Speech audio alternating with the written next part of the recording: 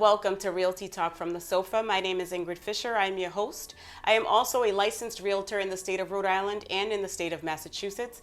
Today we are speaking to Greg Dantas, who's a broker. Greg, welcome. Thank you for having me here today. Greg, can you give us a little background about yourself? Sure. After I graduated high school, I went in the Army for 3 years of active duty. And when I got off active duty, I wasn't really sure what I was going to do with my life. And my father's friend, David Onicelli, owned a RE/MAX office in East Greenwich, Rhode Island. And he encouraged me to take the real estate class and the test, and I did. Became his assistant, got into real estate, and now 24 years later, I'm still doing real estate. Nice, awesome. How many offices do you have, and how many realtors do you have working for you? So Rhode Island Real Estate Services has 8 physical locations with 175 licensed realtors. That's awesome. So what do you specialize in? At this point in my career, I specialize in managing the company, mentoring managers, helping agents through problems. I list houses. I don't really work with buyers at this juncture just because a buyer needs a lot of specialized attention that I don't have with managing the company, managing my listings, and then managing my family life. So I'm predominantly managing, operating, being the CEO and in charge of operations at the company, and then managing my listings and managing my family, my life. Okay, so I know today's market's a little crazy. What do you think about this market? Like, what do you foresee happening in the market today?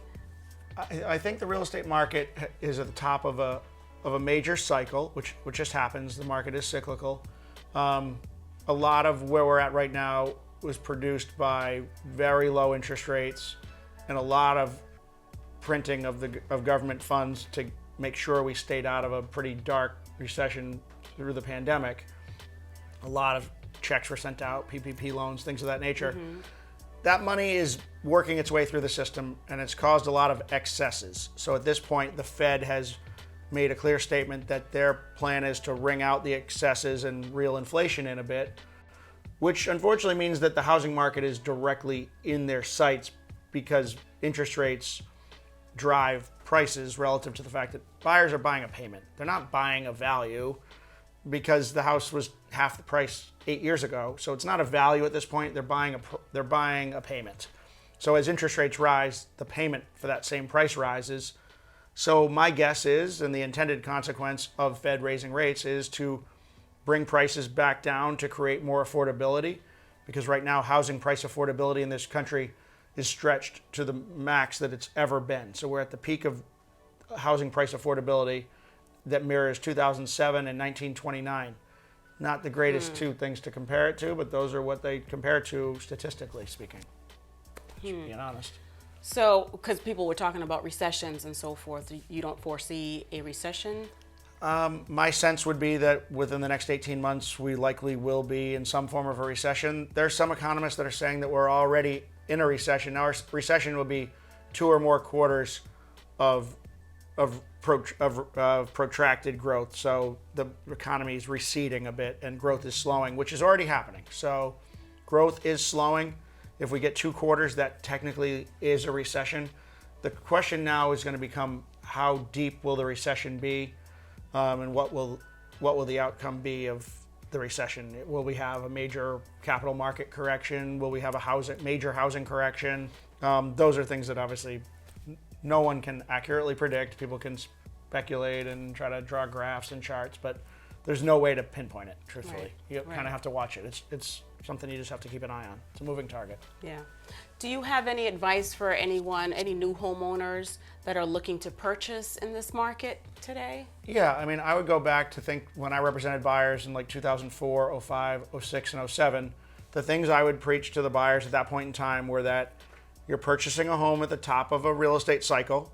There will be cycles that are higher than this one, but the real estate market is large and it doesn't just move on a dime. So once it starts moving in a certain direction, whether that's up or down, it's a multi-year event. So my guess is we're at the top of a multi-year up move, about 7 years of up. And now we're probably going to have 3 or 4 years of sideways or down. So the thing I would be telling buyers right now is make sure that if you're purchasing something, it's a place that you see yourself living for the next, my opinion is 5 to 7 years. 10 years, if you can really do it, 10 years would be ideal. 5 to 7, it just takes 5 to 7 for the market to work through the cycles. So, you know, if someone's wants to move in 18 months, this probably is not the time to buy real estate, because the federal government has already said that they plan on reeling inflation in, and the method they're going to use to do that is higher interest rates, which clearly targets the housing market. Yeah. So we have a lot of new buyers who are, and second and third home buyers who are waiving inspections. What is your take on that? Well, it's obviously dangerous to waive an inspection, to waive financing, to waive an appraisal. But when we get to this part of the cycle where there's low inventory and high demand, consumers go further out into the risk curve to make themselves a more attractive buyer to a seller. I think it kind of reminds me of something my dad used to tell me when I first got started in real estate was, don't buy a BMW unless you can afford to fix a BMW. So I think I would kind of feel the same way about a house. You know, if you're buying a house and you're waiving inspections, but your uncle's a plumber and your aunt's an electrician and your dad's a carpenter, okay, you've got more resources than 95% of us, and you might be a little more comfortable waiving inspections because they came and looked at the house with you on the showing. But I'm not mechanical, so for me, my last house had $27,000 of termite damage. I didn't know about it, and I did have an inspection. It just ended up slipping through the cracks because it was behind a paneled wall, so it wasn't the inspector's fault. I guess the bottom line is, you know, I was fortunate to be able to work through it, but it wasn't something that I worked through overnight. I lived with an unconstructed house for like 2 years while I dealt with it. I was in my early 20s. I had just bought the house. I was getting into a simple hardwood floor project, and next thing you know, I had $27,000 of termite damage. So of course I called my homeowners insurance company, and they're like, unfortunately, past damage is not covered unless in the event of a collapse, was what the clause said. I said, so I got to wait for like the second floor to come down to the first floor to get coverage? Wow, that's insane. So I guess the point is, you know, don't bite off more than you can chew. And it's a risk-reward scenario. They're taking a big risk. The reward is they're getting a house. They better really like the house and feel confident that there's no real time bombs ticking. And you don't really know, even if you have an inspection, you don't really know until you own the house, truthfully.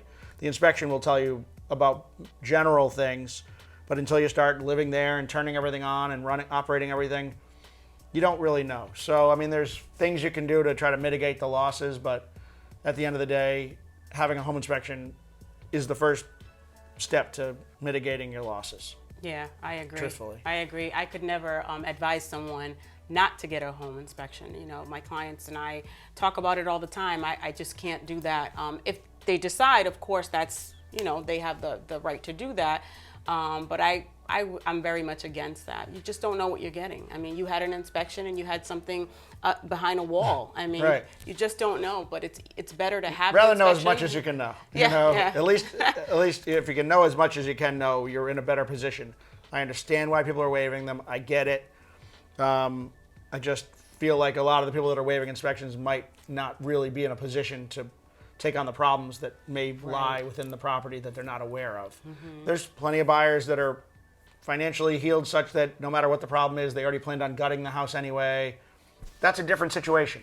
But if you're a young couple buying your first house and it's 1,100 square foot, 3-bed, 1-bath ranch, and you've put all your money down to your 3.5% down payment, and you know, now you get hit with a $10,000 problem that you weren't aware of, that could be devastating and cause someone to lose the house. Yeah. It could cause them to walk away from the house.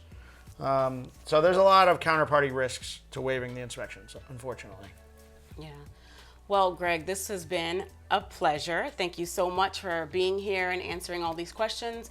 If someone would like to reach you or know more about your offices, sure. How can we do that? So Rhode Island Real Estate Services, we'll be celebrating our 10th anniversary, July 1st. We opened July 1st, 2012. And our website is 401sold.com. You can identify all of our 175 local professionals in our 8 locations on the website. And if someone needs to ask me specifically about finding an agent in a certain area of specialty, I'm happy to be reached, at Greg at 401sold.com anytime. And I can point them to an agent that services that area, that lives in that community, is knowledgeable about it, and make sure that they're handled the way that I would want to be handled if it was me. Oh, thank you.